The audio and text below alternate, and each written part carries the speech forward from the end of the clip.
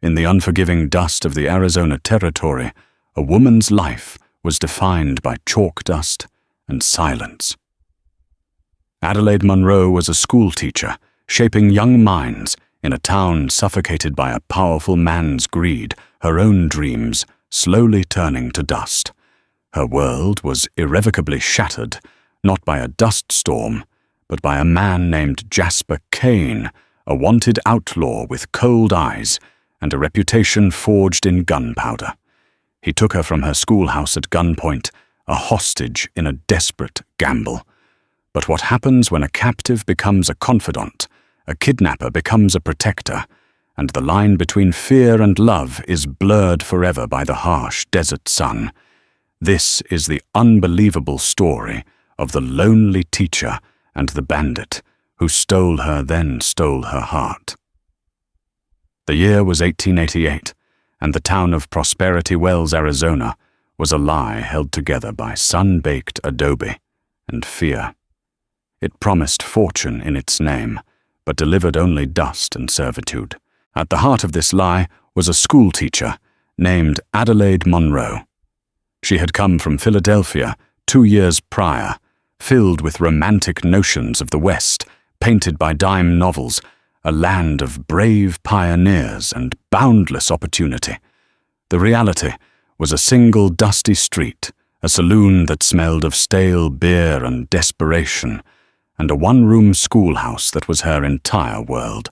Adelaide was a woman of quiet fortitude, with intelligent grey eyes, and hands that were perpetually smudged with chalk. She was respected, but not known, a fixture in the town, as reliable and overlooked as the water pump in the square. Loneliness was a constant companion, a silent hum beneath the recitations of times tables and the scratching of slate pencils. The children were her purpose, but once they scattered home, the silence of her small attached living quarters would press in thick and suffocating. Prosperity Wells was the personal fiefdom of a man named Bartholomew Creed. He owned the bank, the general store, the largest ranch, and held the mortgage on nearly every other soul in town. Creed was a man of cold, calculating ambition, with a paunch that spoke of his success and eyes that missed nothing. He had a way of smiling that never reached those eyes, a gesture of ownership rather than warmth. He was the law, the economy, and the shadow that fell over everything. The town's sheriff, a gaunt man named Gideon, was little more than Creed's errand boy, his tin star, a symbol of compromised authority. Adelaide had felt Creed's oppressive influence firsthand. He funded the school, a fact he mentioned every time he visited, his gaze lingering on her a moment too long. He spoke of civility and progress, while his ranch hands, a brutish lot, acted as his enforcers, intimidating anyone who fell behind on a loan. Adelaide taught the children of these very men, and in their eyes she sometimes saw a flicker of the same fear that resided in their parents. On a blisteringly hot Tuesday in late May, the kind of day where the heat shimmered off the ground in dizzying waves, the fragile piece of Adelaide's routine was shattered. School had just been dismissed. The last of the children had run off, their shouts fading down the street.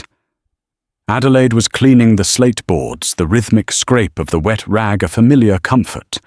The air was still heavy with the scent of chalk and dry earth. That's when she heard it. Not the usual clatter of a passing wagon, but a coordinated thunder of hooves, followed by a single sharp gunshot that cracked the air like a whip. Adelaide froze her hand, hovering over the board. Another shot, then panicked, shouting from the direction of the town centre. Her heart hammered against her ribs. Instinct screamed at her to bolt the door, to hide under her desk like a child. But a morbid curiosity, a deep-seated need to understand the world beyond her four walls, propelled her to the window. Peeking through the grimy glass, she saw chaos erupting on the street. 2 masked men stood outside Creed's bank, rifles leveled, while a third backed out of the door dragging heavy canvas sacks. A 4th man, tall and broad-shouldered, sat expertly on a powerful bay horse, his pistol drawn, his movements calm and economical amidst the panic. It was him she watched. His face was covered by a dark bandana, but the intensity in his eyes was palpable even from a distance. He wasn't a frenzied thief. He was a commander, a predator in his element. Sheriff Gideon emerged from his office, hand hovering uncertainly over his holstered pistol. The man on the horse simply turned his gaze to the sheriff, a silent, deadly promise that made Gideon freeze in his tracks. The men threw the sacks across their saddles and mounted up. They were about to ride, to vanish back into the wilderness from which they came. For a moment, Adelaide felt a strange, detached sense of relief. The disruption was over. But then the leader's eyes scanning the street for any threat landed on the schoolhouse. On her, a pale face framed in the window. Their gazes locked for a heartbeat. In that instant, Adelaide felt not like a witness but a discovery. His plan changed in that split second. He barked an order to his men, his voice a low gravel that carried across the street. "We need insurance. Get the teacher." Adelaide's blood ran cold. She stumbled back from the window as the schoolhouse door burst open, splintering the frame. One of the masked men, smelling of sweat and leather, grabbed her by the arm. She cried out a small, strangled sound, struggling against his iron grip. He paid her no mind, dragging her out into the blinding sunlight. "No, please," she gasped, her feet stumbling in the dust. She was hauled toward the horses, her carefully constructed world collapsing with every step. The leader, the man on the bay horse, watched her approach with an unreadable expression. He pulled down his bandana. His face was younger than she expected, lean and weathered by the sun, with a square jaw covered in dark stubble. But it was his eyes that held her captive, a startling clear blue, the color of a winter sky. They held no malice, only a grim, unwavering resolve. "My apologies, ma'am," he said, his voice devoid of any real apology. "You're coming with us." He reached down, and before she could protest further, she was lifted off the ground and settled unceremoniously in front of him on the saddle. His arm, hard as oak, wrapped around her waist, pinning her against him. The scent of horse leather, and the man himself, a clean, masculine scent of dust and wind, enveloped her. "Ride," he commanded. The world dissolved into a blur of motion and terror. Adelaide Monroe, the lonely teacher of Prosperity Wells, was now the hostage of the most wanted man in the territory, Jasper Kane. As the town shrank behind them, she could think only one thing. Her life of quiet solitude was over, replaced by a terrifying uncertainty at the hands of a bandit with winter in his eyes. The flight from Prosperity Wells was a brutal education in fear. Adelaide was held fast against Jasper Kane, her body jostled with every powerful stride of his horse. The wind tore the pins from her hair, whipping it across her face, stinging her eyes. The initial shock gave way to a cold, creeping dread. Every dime novel she had ever secretly read paraded its horrors through her mind, tales of ruthless outlaws and their unfortunate female captives. She squeezed her eyes shut, expecting cruelty, rough words, a fate worse than death itself. But it never came.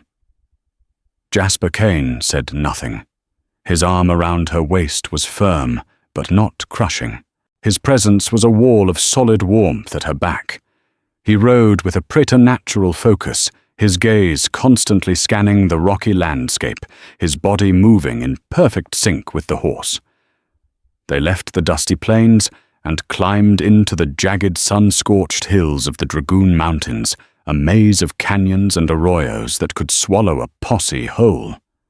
Hours bled into one another. The sun beat down, and Adelaide's prim teacher's dress, so practical in the schoolhouse, became a sweltering prison. Her throat was a desert, her lips cracked. Just as she felt she might faint, Jasper reined his horse to a halt in the shade of a towering rock formation. His men stopped behind them. Finn Jasper said, his voice low, "Water." One of the other riders, an older man with a grizzled beard and quieter eyes, dismounted and brought a canteen. Jasper took it, but instead of drinking himself, he uncapped it and held it to Adelaide's lips. She flinched, turning her head away. "Drink," Jasper said. It was not a request. There was no menace in the command, only a flat finality. "You'll be no good to me dead." Hesitantly she drank. The water was lukewarm, but felt like life itself pouring down her parched throat. She drank until she could breathe again, her hands trembling as she held the canteen. He watched her, his expression unreadable, before taking a short drink himself and passing it back to Finn. They rested for only a few minutes before pushing on. As dusk began to bleed purple and orange across the sky, they made camp in a hidden box canyon. A small spring trickled from the rocks, surrounded by a cluster of cottonwood trees. It was a secluded oasis in the middle of nowhere. Adelaide was stiff and sore, her muscles screaming in protest as Jasper lifted her down from the horse. For a moment she thought her legs would buckle, but he held her arm, steadying her, until she found her balance. She stood there awkward and terrified, a tame bird dropped into a cage of wolves. The men moved with quiet efficiency, unsaddling horses, starting a small smokeless fire and checking their perimeter. They were a unit, a family of sorts, bound by something deeper than shared crime. She learned their names through their low conversation. Finn, the older quiet one, and two younger brothers, volatile and restless, named Pete and Sam. Jasper approached her as Finn cooked bacon and beans over the fire. The smell made Adelaide's stomach clench with a hunger she hadn't realized she possessed. "You'll be cold tonight," Jasper stated, looking at her thin dress. He shrugged off his own worn duster, a heavy canvas coat lined with wool, and held it out to her. She stared at it, then at him. It was a gesture of, what, practicality, or something more. "Why are you doing this?" she finally whispered, her voice hoarse. He seemed to consider the question, his gaze sweeping over her face. "Doing what, Mom? You haven't hurt me. You gave me water." Now this, a flicker of something amusement, perhaps, or weariness crossed his features. "I'm a bank robber, Miss Monroe, not a monster. There's a difference." He draped the duster over her shoulders.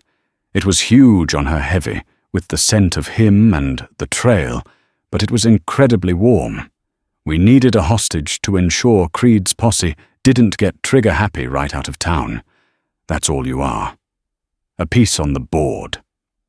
His words should have been chilling, objectifying her, yet they had the opposite effect. They were honest, terribly brutally honest. It was a currency she understood far better than the false smiles and veiled threats of Bartholomew Creed. When the food was ready, Finn handed her a tin plate with a generous portion of beans and 2 strips of bacon.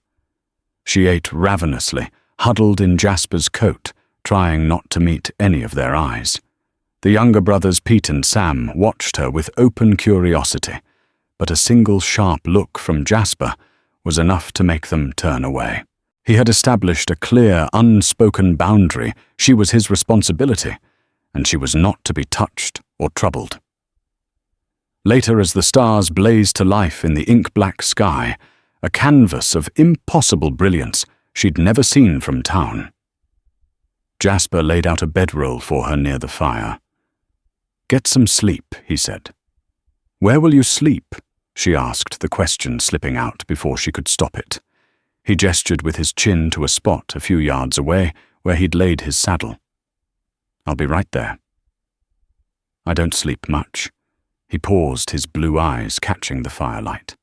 "No one will bother you. You have my word." His word. The word of a bandit, a kidnapper. Yet strangely she believed him. She lay down, pulling the rough wool blanket up to her chin, the heavy duster a cocoon around her. She was exhausted, but sleep was elusive. She watched him. He took the first watch, sitting with his back against a rock, his rifle across his lap, his gaze fixed on the darkness beyond the canyon entrance. He was a silhouette of vigilance, a guardian in the most unlikely of forms. He was protecting her, not just from his men, but from the wilderness itself. He had fed her, given her water, and cloaked her in his own warmth. This was not the behavior of the villains in her books. This was something far more complex and infinitely more dangerous to her heart. For the first time since being thrown over his saddle, Adelaide Munro felt a flicker of something other than fear.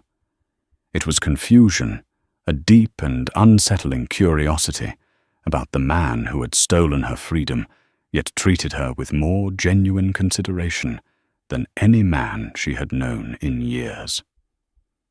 Days turned into a week at the hideout in the Box Canyon. A strange, almost domestic rhythm began to form a stark contrast to the terror of the abduction. Adelaide woke each morning to the smell of coffee and the low murmur of the men's voices. Jasper assigned her small tasks, mending a tear in a shirt, helping Finn grind coffee beans, not as a prisoner being forced to work, but as a way to give her purpose to combat the idleness that could breed despair. She learned to read the men. The brothers Pete and Sam were young and reckless, driven by a thirst for adventure that Jasper constantly had to temper. Finn was the anchor, a man who had seen too much and spoke too little, his loyalty to Jasper absolute and unquestioning. And then there was Jasper himself. He remained an enigma, a man of profound contradictions. He was a ruthless outlaw, capable of planning and executing a flawless bank robbery.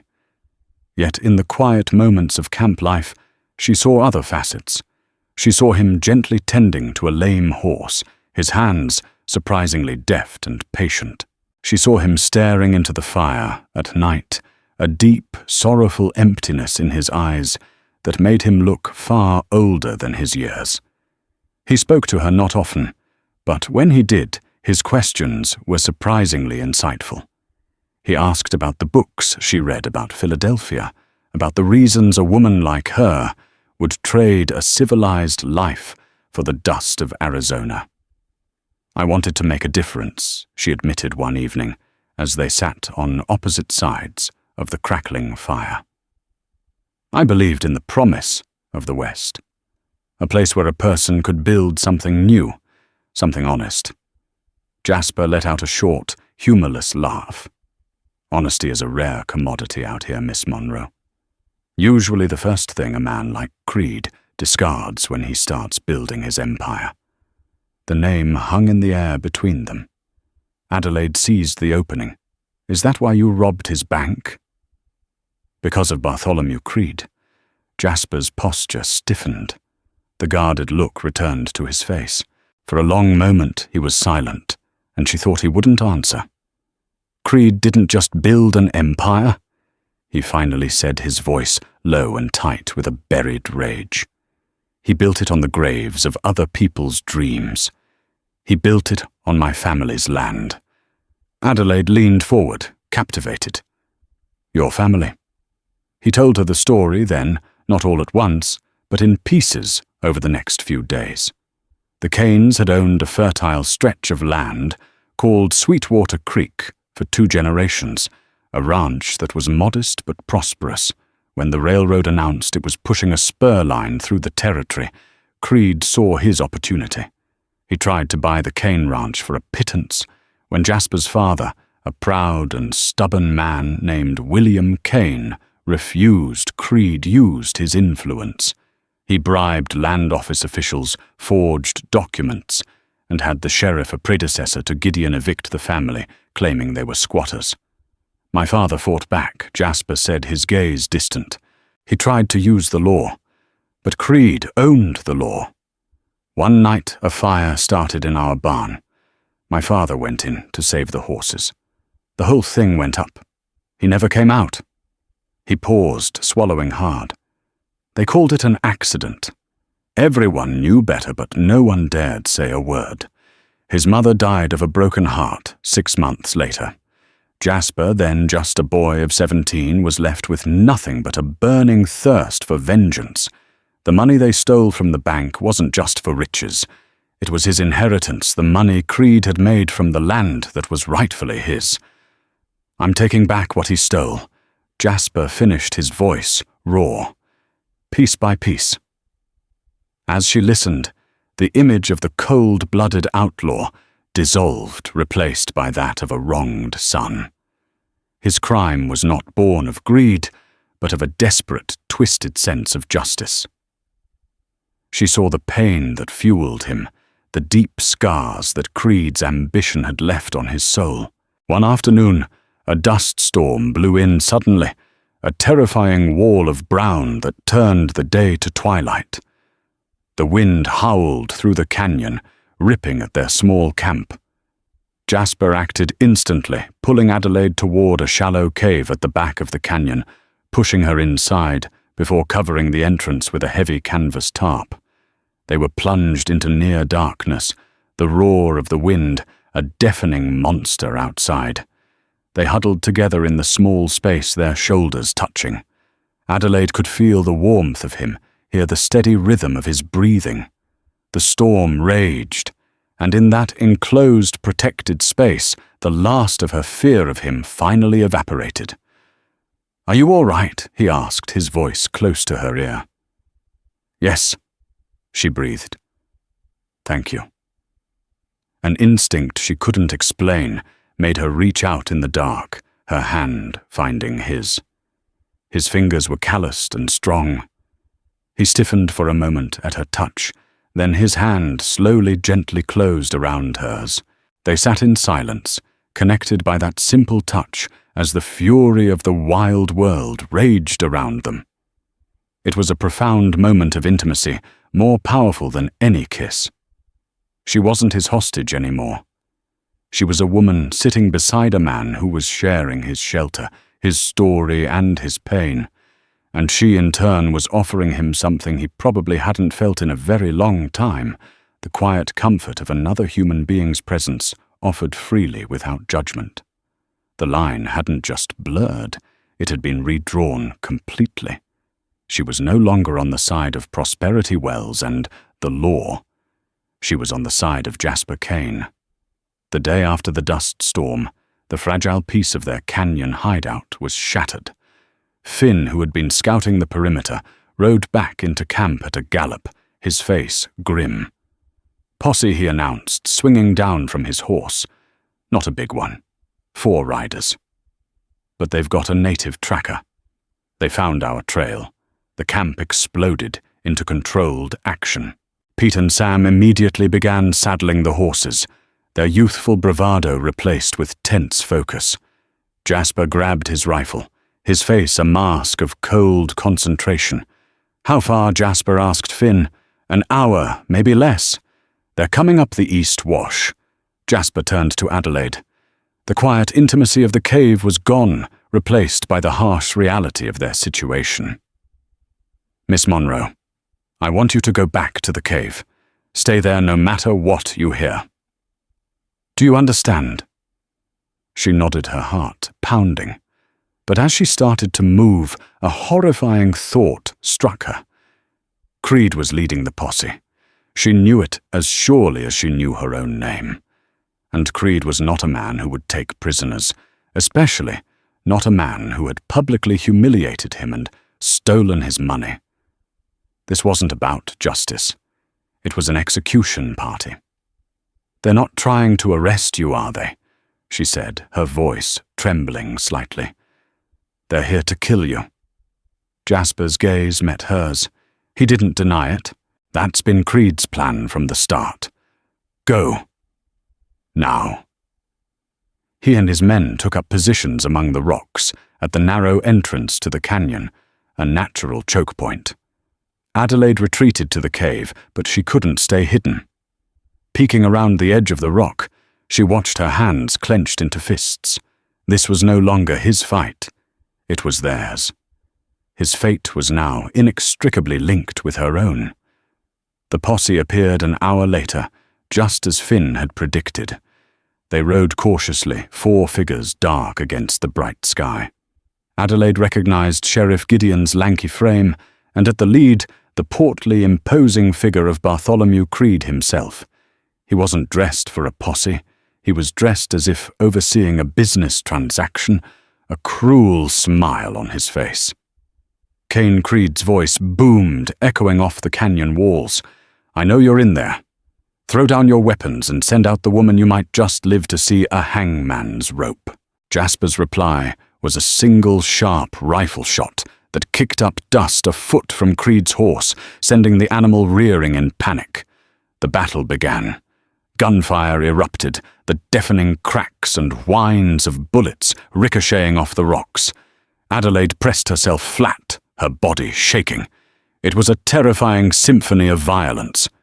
She watched as Jasper and his men fired with disciplined precision, a stark contrast to the more sporadic shots of the posse. They were outnumbered, but they had the superior position. The fight raged for what felt like an eternity. Then a cry of pain came from the rocks. Sam, the younger of the 2 brothers, stumbled back into view, clutching his shoulder, blood seeping through his fingers. Pete scrambled to his side, trying to drag him to cover, while still firing his pistol wildly. In that moment of distraction, one of Creed's men saw his chance. He broke from cover, sprinting toward a flanking position that would give him a clear shot at Jasper. Adelaide saw it all unfold in slow motion. Jasper was focused on Creed, and the Sheriff Finn was covering Pete and Sam. No one saw the new threat. Without thinking, without allowing fear to paralyze her, Adelaide acted. Her gaze fell upon the campfire.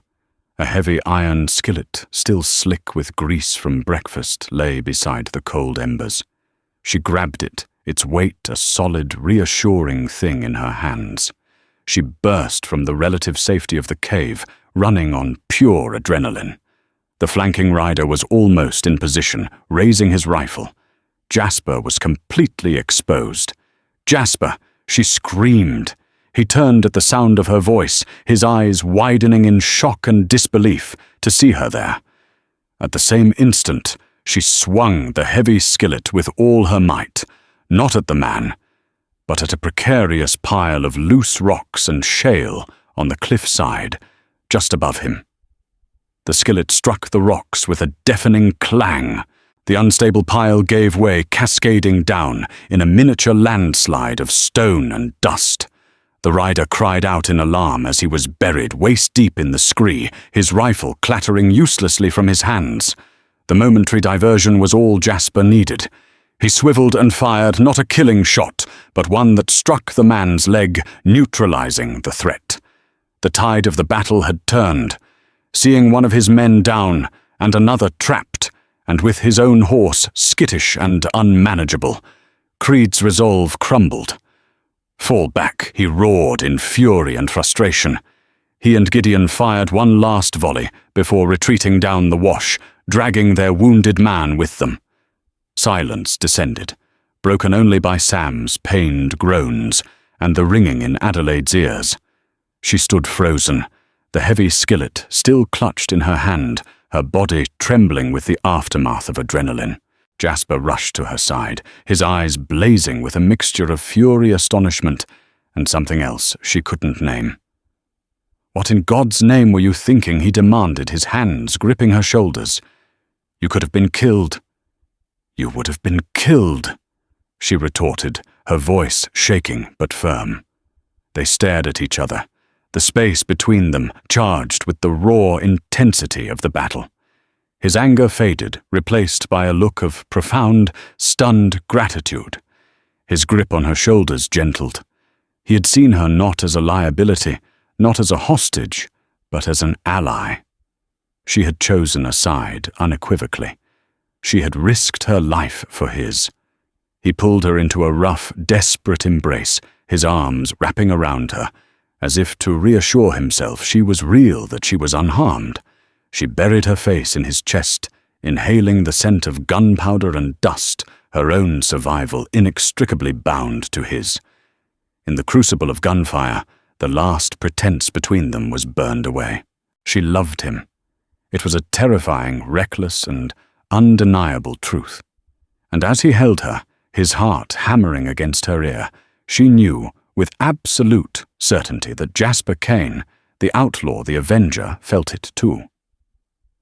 In the aftermath of the skirmish, a new reality settled over the small group. Sam's wound was painful, but not life-threatening. Adelaide, drawing on knowledge from a first-aid booklet she'd once read, cleaned and bandaged the wound with a surprising level of competence. Her actions had earned her a new kind of respect from the men. She was no longer just the teacher. She was one of them, a partner in their precarious survival. The bond between her and Jasper had deepened into something palpable and unspoken. They moved around each other with a new awareness, their glances lingering, their hands occasionally brushing. The love that had been born in fear and forged in violence was now a quiet, constant presence, a source of strength in their uncertain world. But strength alone wouldn't save them. "Creed will be back," Jasper said a few nights later, his voice grim as they sat by the fire. "He won't come with a small posse next time. He'll bring 12 men. He can't afford to let me live, not after I've made him look weak." "We can't keep running," Finn added, staring into the flames. "This territory is getting smaller by the day." Despair began to prick at the edges of Adelaide's resolve. Were they doomed to be hunted, to live their lives looking over their shoulders until their luck finally ran out? "Then we can't run," she said, her voice clear and steady, drawing the attention of all the men. "We have to stop him, not just for us, for the whole town." Jasper looked at her, a skeptical frown on his face. "Stop a man like Creed Miss Monroe. He owns everything and everyone in Prosperity Wells.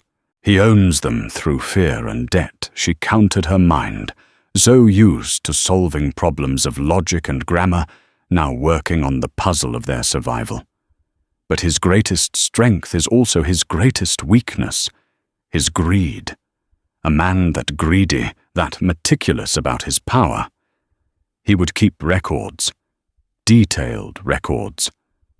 A spark of understanding lit Jasper's eyes. His ledger. Exactly, Adelaide continued, feeling a surge of confidence. "Your father tried to fight him with the law and failed because Creed controlled the documents. What if we found the real documents? What if there was a ledger in his office that detailed not just the Kane Ranch, but every crooked deal, every exorbitant interest rate, every threat he's used to build his empire, proof that he's been cheating everyone?" It was an audacious, almost suicidal plan, to go back to Prosperity Wells, the very heart of their enemy's power, and steal the one thing that could destroy him. Pete and Sam thought it was madness, but Finn, after a long silence, nodded slowly. "The teacher's right, Jasper. A fight you can't win by running, you have to win by standing still and changing the rules." The decision was made. The plan they formulated was desperate and relied on perfect timing. They would use the upcoming Founders' Day celebration, an annual event sponsored by Creed himself, to reinforce his image as the town's benevolent patriarch. The whole town would be at the picnic grounds on the edge of town. Creed's office, located at the back of his bank, would be empty. The 2 days leading up to their return were fraught with tension. Jasper trained Adelaide to use a small pistol, his hands covering hers, showing her how to aim, how to control her breathing. The lessons were practical, but the physical closeness was electric, a constant reminder of the feelings that flowed between them. "You came into my life like a storm, Adelaide," he confessed one night, using her first name for the first time. They stood under the stars, away from the others. "I took you to save my own skin. But now, Now you're the reason I want to have a life worth saving." She looked up at him, at the face that had once terrified her, and saw only a man she loved, a man worthy of redemption. "I was living in black and white before I met you, Jasper. You brought the color." "And the chaos," she added with a small smile. He smiled back, a rare, genuine expression that transformed his rugged features. He gently touched her cheek, his thumb tracing her jawline. "When this is over," he began but didn't finish. They both knew the future was a fragile, uncertain thing. On the night of Founders' Day, they rode toward Prosperity Wells under the cover of darkness. They left the horses with Finn and a still recovering Sam on a ridge overlooking the town. Jasper, Adelaide, and Pete moved on foot, shadows slipping through the familiar streets that now felt alien and hostile. The sounds of music and laughter drifted from the picnic grounds, a starkly cheerful soundtrack to their dangerous mission. The bank was dark and silent, a brick fortress holding their only hope. Pete, a surprisingly skilled lockpick, worked on the back door of Creed's office. The seconds stretched into an eternity, each scrape of his tools a thunderclap in the silence. Finally, a soft click. The door swung open, they slipped inside. The office reeked of cigar smoke and money. It was opulently furnished, a testament to Creed's vanity. While Pete stood guard, Jasper and Adelaide began their frantic search. They checked drawers, cabinets, and chests. Nothing. Only land deeds, loan agreements, all seemingly legal. Desperation began to set in. Had she been wrong? "It has to be here," Adelaide whispered, running her hands along the spines of the books on a large shelf. "He's too arrogant not to want a record of his conquests." Jasper paused, his gaze sweeping the room. He looked at the large, ornate portrait of Creed that hung above the fireplace, the man's painted eyes seeming to mock them. He walked over to it. His own eyes narrowed in thought. He ran his hand along the heavy gilded frame. "Adelaide," he said, his voice low. "He loves himself more than he loves his money. What if—" He pushed against the side of the portrait. Nothing happened. He pushed again, harder. There was a faint, grinding sound, and the entire painting swung outward, revealing a hidden wall safe. Their hearts leapt, but their triumph was short-lived. The safe was modern complex with a combination dial. There was no way to force it open without alerting the entire town. "It's over," Pete hissed from the doorway. "We have to go." Adelaide's mind raced her thoughts, a desperate scramble. A combination. Numbers. What numbers would be important to a man like Bartholomew Creed? A birthday too simple. She looked around the room, her eyes landing on a small framed photograph on the corner of his desk. It was the only personal item in the room. It showed a younger Creed, standing proudly in front of the very first bank he had established, not in Prosperity Wells, but in a mining town in Colorado. Underneath a small brass plaque was engraved, First Capital Bank Est, August 4th, 1876. 8/4/76. "Jasper, the date on that photograph," she breathed, pointing. "Try those numbers." Jasper's eyes met hers, a flicker of hope, warring with skepticism. He knelt before the safe, his hands carefully turning the dial. Right to 8, left past 8 to 4, right to 76. He held his breath and turned the handle. With a heavy, satisfying thud, the safe unlocked. Inside, nestled amongst stacks of cash, was a thick, leather-bound ledger. Jasper grabbed it. They had done it. They had the proof. But as they turned to leave, the office door swung open. Standing in the doorway, his face a mask of cold fury, and holding a lit lantern, was Sheriff Gideon. And behind him, two of Creed's burliest ranch hands leveled their shotguns directly at Jasper and Adelaide. They had been discovered. For a heart-stopping moment, no one moved. The lantern light cast long, dancing shadows, turning the opulent office into a cage. Sheriff Gideon's face was pale, his hand trembling slightly where it rested on the butt of his pistol. "It's over, Kane," Gideon said, his voice thin and reedy. "Drop the book." Jasper stood protectively in front of Adelaide, the heavy ledger clutched in his hand. His eyes, cold and steady, were locked on the sheriff. Pete, trapped near the window, slowly raised his hands. "You really want to die for him?" Gideon Jasper asked, his voice a low growl. For a man who sees you as nothing more than a dog on a leash, Gideon flinched, the insult hitting its mark. "He pays my salary, and what does that salary cost you?" Adelaide's voice cut through the tension, sharp and clear. She stepped out from behind Jasper, her fear eclipsed by a sudden righteous anger. "Your dignity. Your soul. We all know what Creed is, Sheriff.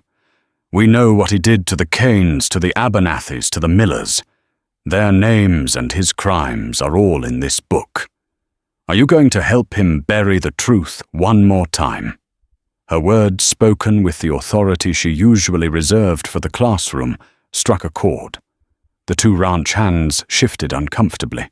They were simple men, bullies by trade, but they were also townsfolk who had seen their neighbors struggle under Creed's thumb.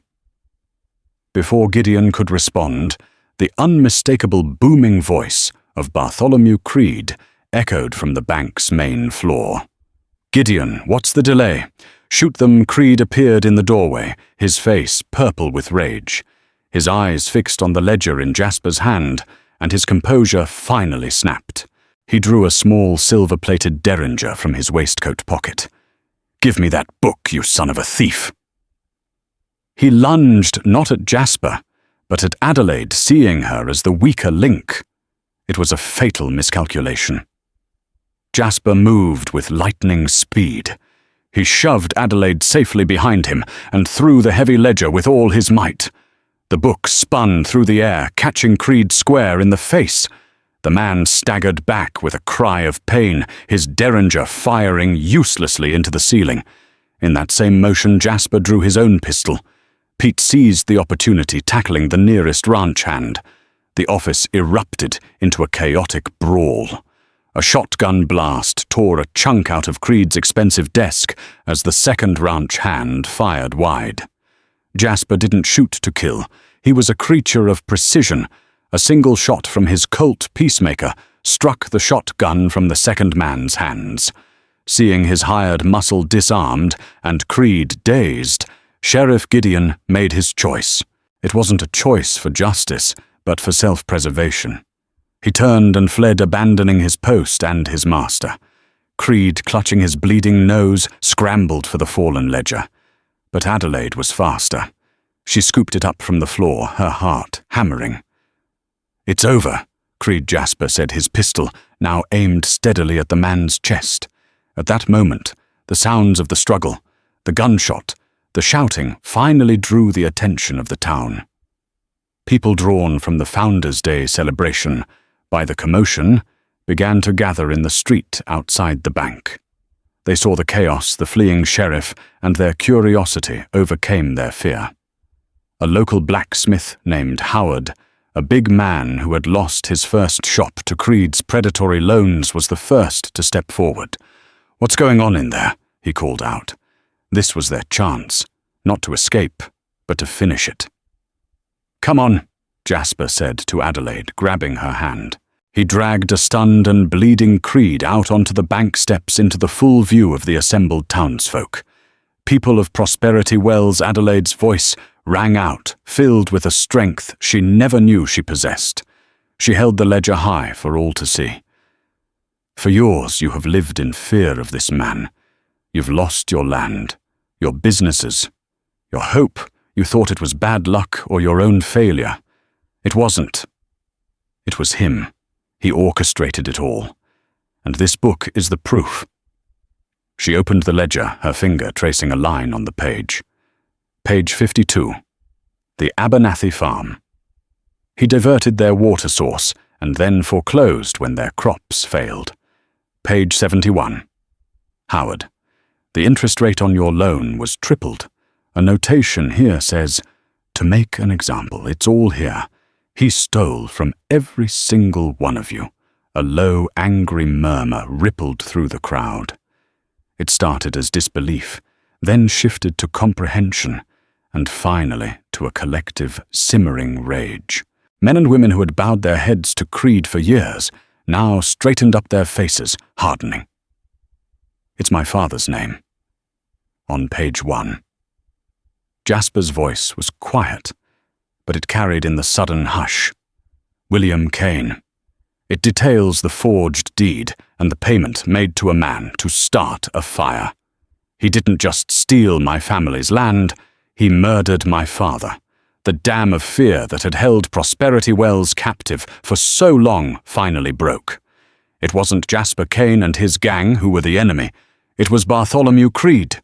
The crowd surged forward, their anger a living thing. Creed, seeing the hatred in the eyes of the people he had oppressed, finally knew true terror. He was no longer a king in his castle.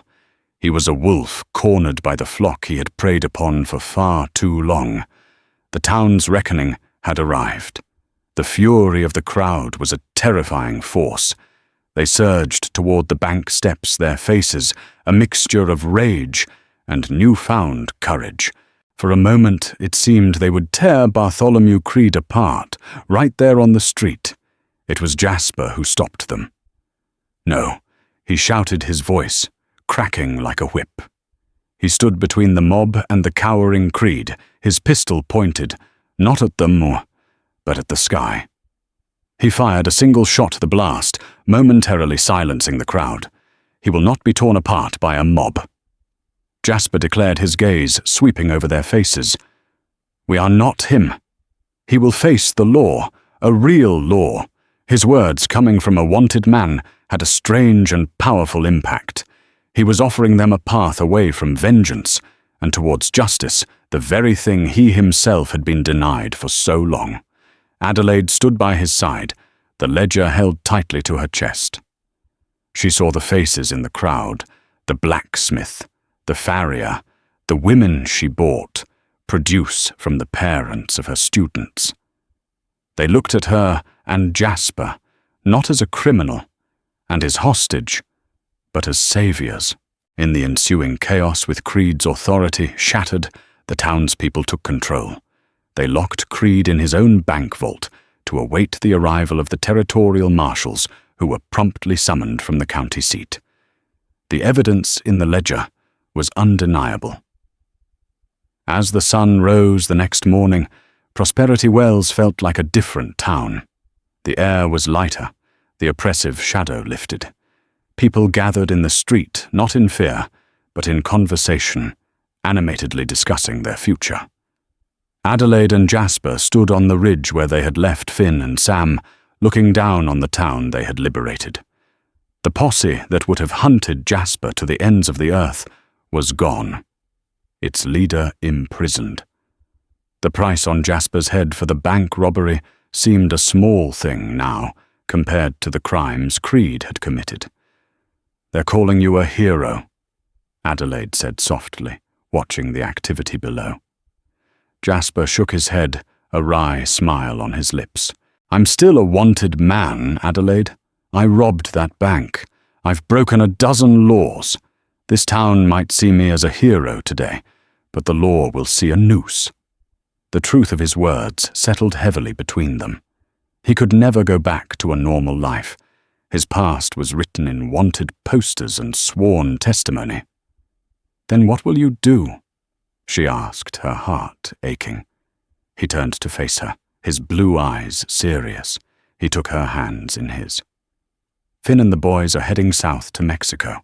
They think it's time for a new line of work. He paused, his grip tightening on her hands. I'm going west. California, maybe. Or Oregon.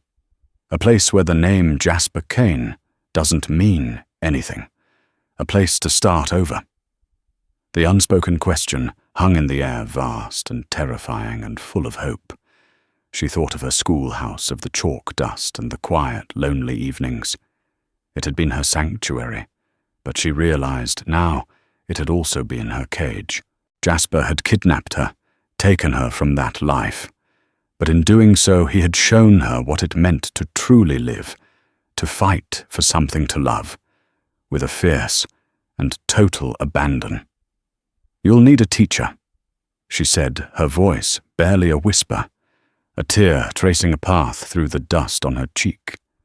"Even in Oregon, people need to know how to read and write."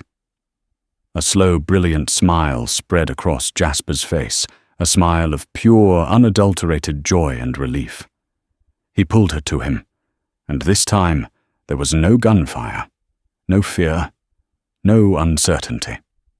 It was a kiss born of shared victory and the promise of a new dawn. It tasted of dust and freedom and a future they would build together. They didn't ride back into town. Their story in Prosperity Wells was over. Hand in hand, they walked to their horses. He helped her into the saddle, then swung up behind her, his arms wrapping securely around her waist. It was the same way they had left town, but this time, she was not a hostage. She was a partner. As they rode west toward the distant hazy mountains and the setting sun, Adelaide Monroe leaned back against Jasper Kane. She was leaving everything she knew behind for a life of uncertainty, with a man the world called an outlaw. But she knew with a certainty that filled her entire being that she had never been more free or more truly home. The story of Adelaide Monroe and Jasper Kane is a powerful reminder that heroes are not always the ones who wear a star, and love can blossom in the most barren of landscapes. Theirs was a journey that began in violence and fear, but transformed into a partnership forged in courage and a shared fight for justice. They prove that sometimes the greatest acts of bravery don't happen in a shootout on Main Street, but in the quiet, resolute choice to trust, to protect, and to love against all odds. If their incredible story of courage and unexpected romance moved you, please show your support. Hit that like button below, share this video with someone who loves a timeless tale of the American West, and most importantly, subscribe to our channel for more true-to-life stories of history's forgotten heroes. Don't forget to ring the notification bell so you never miss a new chapter. What part of their journey surprised you the most? Let us know in the comments below. Thank you for listening.